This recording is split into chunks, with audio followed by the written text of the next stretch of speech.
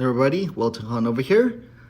We talked about the 7 primary jobs that a CEO should never delegate. In the last video, we talked about 4 major things. That is to clarify at point A and point B, identify the gap and the obstacle.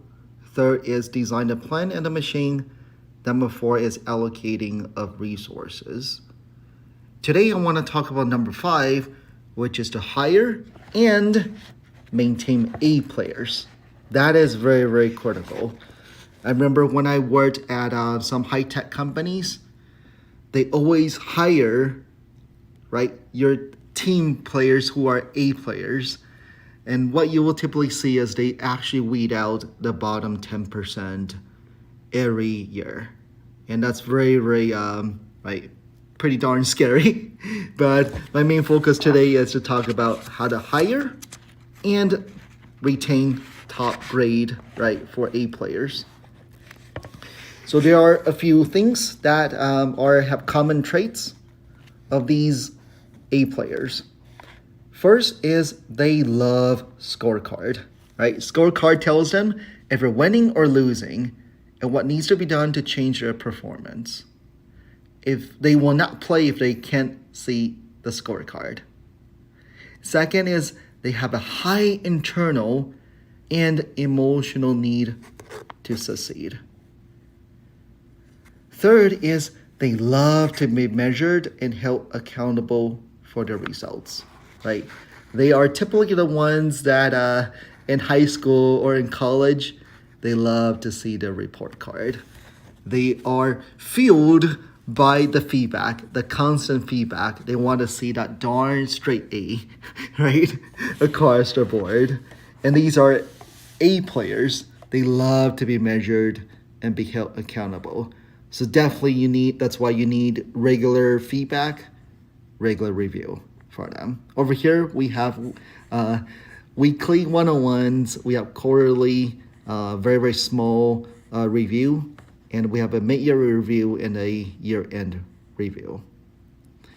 And number 4 is they already have the technical chops to do the job, right? It's definitely not their first rodeo. It's always a little bit easier to hire those with a little bit of experience already. They've been there, done that, right? They are technically very good at what they do already. Number 5 here is they are humble, right? Humble enough to ask for coaching. That's very, very critical, right? You definitely want to hire those who are humble enough, right? They don't think they know everything yet. So the 3 most important questions they can ask are, what else can I do, right? What else can I do? I love it whenever an employee comes to me and say, what else can I do? Where can I get better, right? And what do I need to do or learn so I can continue to grow? And number 6 of a common traits of an A player is they see opportunities, right? Your typical B or C players, they see problems. But these A players, they see opportunities, right? So learn this from Keith Cunningham, who is a dear mentor of mine. He has a few rules for hiring and retaining A players. First is interview rigorously, right? You got to be interviewing very, very rigorously. Now you know who are A players, then that's going to be your filter going forward. You compensate generously, and you onboard effectively. How many of you actually have an onboarding checklist? You have a good onboarding, right, framework, SOP, checklist, training.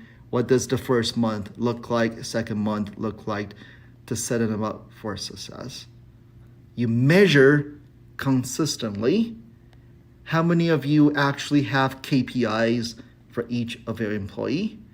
And of course, lastly here is you coach continuously. So even me, I'm trying to filter it a lot more now and really thinking through, hey, who on my team are A players? So again, 7 primary jobs that a CEO should never delegate is to hire. The 5th one is to hire and maintain A players.